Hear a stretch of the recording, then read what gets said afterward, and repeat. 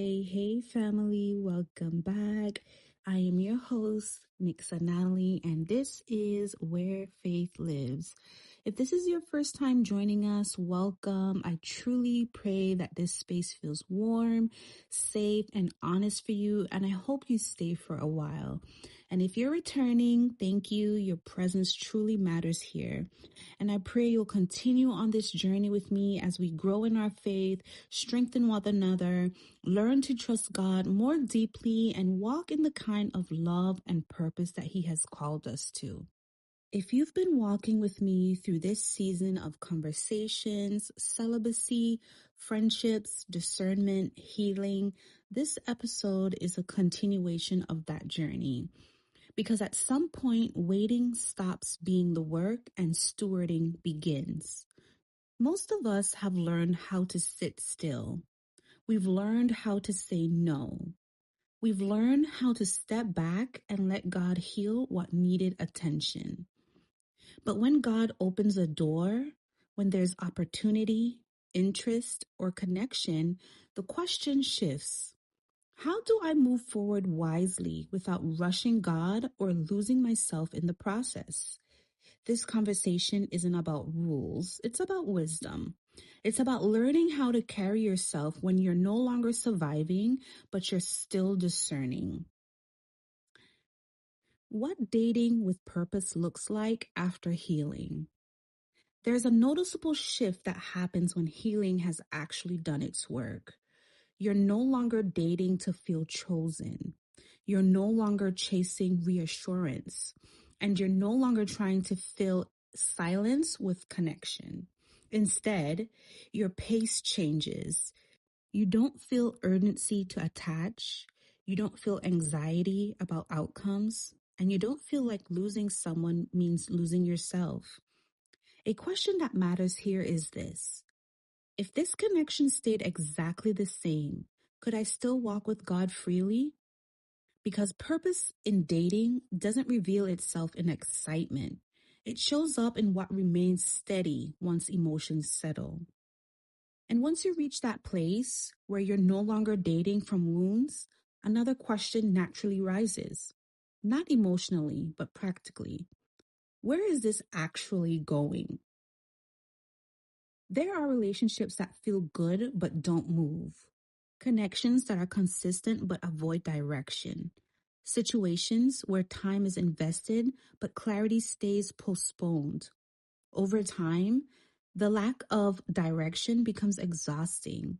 Not because someone is doing something wrong, but because uncertainty requires emotional labor. Courtship isn't about pressure. It's about paying attention.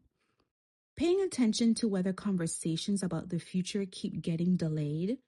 Paying attention to whether clarity always feels just out of reach. Paying attention to how long you've been waiting for something that hasn't changed. At some point, uncertainty stops being patience and becomes information.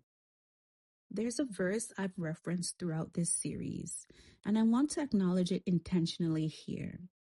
In Amos 3, verse 3, it asks a simple question about agreement and about direction. And while it wasn't written about dating, the principle applies across every kind of relationship. Movement together requires alignment. And when two people are heading in different directions, the strain eventually shows up. Sometimes it looks like confusion. Sometimes it looks like compromise. And sometimes it looks like exhaustion you can't quite explain. Direction matters, not because people are bad, but because agreement determines how long something can walk forward without breaking. And direction doesn't just show up in words. It shows up in how much access is given and how prepared someone is to steward it. Access is easy to give. Readiness takes time to discern. Someone can have access to your time, your emotions, your body, your space, even your spiritual intimacy, without being ready to carry the responsibility well. A question worth asking is this. Is access increasing faster than responsibility? Because when access grows but responsibility stays the same, imbalance forms. and imbalance eventually costs someone their peace. Healing teaches us how to slow the pace, not out of fear, but out of wisdom. And this is where discernment has to turn inward for a moment, because readiness isn't just about the other person, it's about us as well. Readiness isn't perfection, it's awareness. Are you dating because you're grounded or because you're lonely? Are you comfortable being alone without feeling abandoned? Are you willing to pause something good if God says not yet? And on the other side, is the person you're dating emotionally regulated? Do they take responsibility for their choices? Can they navigate uncomfortable conversations without deflecting or shutting down? These questions aren't meant to disqualify people. They're meant to protect hearts. Proverbs 24 verses 3 through 4 tells us, a house is built by wisdom and becomes strong through good sense. Through knowledge, its rooms are filled with all sorts of precious riches and valuables. This isn't about a physical house. It's about a life, and by extension, relationships. Wisdom helps us understand what matters most. Understanding shows you how to apply it, and knowledge is what fills the space over time. At some point in healing, you're no longer just emptying out old patterns. You become responsible for what starts filling those rooms. And what's filling your life now should reflect growth, not survival. And once we understand that building requires wisdom, another truth becomes clear. What you build on matters just as much as what you build. Jesus speaks directly to this in Matthew 7, verses 24 through 25, when he talks about building on solid rock. Matthew 7, verses 24 through 25 says, anyone who listens to my teaching and follows it is wise, like a person who builds a house on solid rock. Through the rain comes in torrents, and floodwaters rise, and the winds beat against the house. It won't collapse because it is built on bedrock. But anyone who hears my teaching and doesn't obey it is foolish, like a person who builds a house on sand. When the rains and floods come and the winds beat against that house, it will collapse with a mighty crash. He's not talking about hearing truth. He's talking about building your life on it. A strong foundation isn't loud. It doesn't rush. It holds when pressure comes.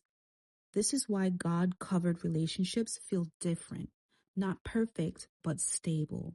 Not dramatic, but anchored. Sometimes a relationship begins online and later shifts. That doesn't always mean someone failed. It doesn't always mean someone lied. Sometimes people grow and they don't grow together. Dating with purpose includes learning when to release something that no longer fits, even if it once did. Staying in something God is no longer building doesn't honor the healing you've done. It delays the peace you worked hard to regain. And this brings us to a quieter part of the conversation, one we often avoid. Some people remain in relationships simply because they don't want to be alone. But loneliness isn't always punishment. Sometimes it's recalibration. Sometimes God removes the noise so your heart and mind can reset, to unlearn what you picked up, to cleanse what attached itself quietly, to remember who you are without constant influence. Loneliness handled well becomes clarity. When you start seeing relationships through this lens, wisdom, foundation, stewardship, it changes how you move. It slows you down, it brings honesty, and it leads you to prayer. Not asking God to bless what you want, but asking Him to lead how you build. God, we come to you asking for wisdom, not just desire. Teach us how to build slowly, intentionally, and with understanding. Heal the places in us that fear being alone more than being misaligned. Give us the courage to pause when rushing feels easier, and the strength to walk away when something no longer has the foundation you're asking for. Help us steward what you entrust to us, our hearts, our time, our bodies, our future. And remind us that what you are building doesn't require chaos to survive. It stands firm because you are its source. Amen.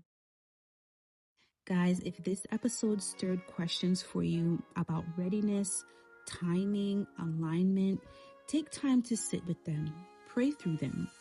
And if you feel led, you can reach out or leave a message where this episode is shared. Some of these conversations deserve more space, and we can continue unpacking them together. As always, thank you for being here, for choosing growth, reflection, and truth. If this episode blessed you, share it with someone who's walking through the same season. Until next time, this is where faith lives.